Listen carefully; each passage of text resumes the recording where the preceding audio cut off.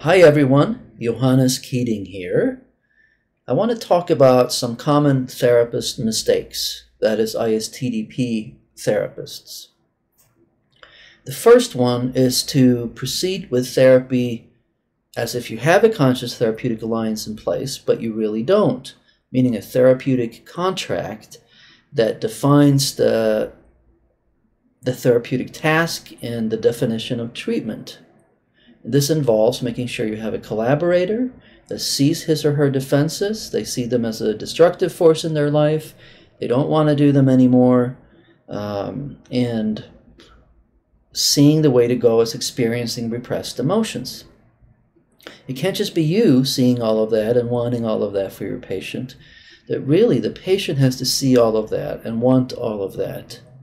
And so often that isn't firmly cemented in place. It isn't clearly delineated, explicitly spelled out.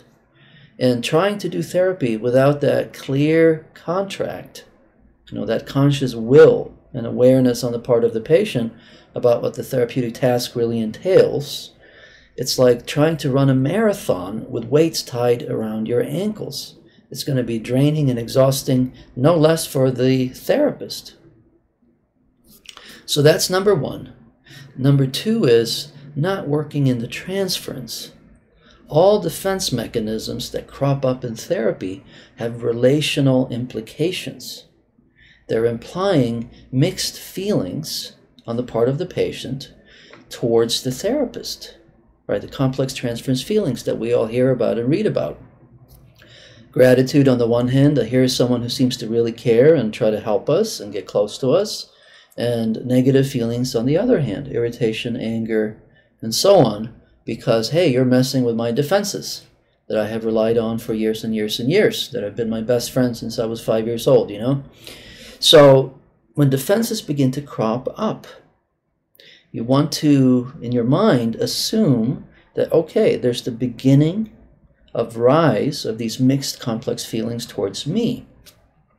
And so you're going to want to inquire into that as a way of avoiding a transference neuroses. How are you reacting here with me? Could we take a few minutes and look at that? What feelings are coming up? How are you experiencing me? And this you can do with fragile people, sussing out projections and so on. So working in the transference, it's a mistake to think that that always by default means you're applying heavy doses of pressure and eventually challenge. Even with psychotic patients, I'm in the transference. How are you seeing me right now? How are you reacting to me? How are you feeling? Without intense pressure in my voice, without any implication that suggests that they need to be different than the way they are. So with an open, non-pressuring attitude, simply inquiring into the here and now. How are you feeling towards me? How are you reacting here? You can do that, even with fragile patients. Okay?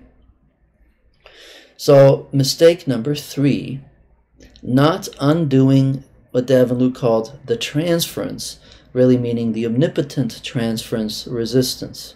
This is the regressive wish on the part of the patient that they can sit back and rest on their laurels while you do the heavy lifting and the hard work of tearing down their walls for them and fixing their problems for them, essentially. And so to say things like, you're appealing to magical abilities I don't have. There's nothing I can do for you when you're behind this wall. And outsourcing responsibility for who needs to resolve and deal with your problems to me or anybody else hoping to be rescued isn't going to help you. It doesn't work that way. Therapy isn't magic. Therapists don't work miracles. So that needs to be communicated, in your own way through whatever words that you choose. But a lot of therapists struggle, and granted, it can be difficult to be that frank and direct and to be that open about the limits of our powers.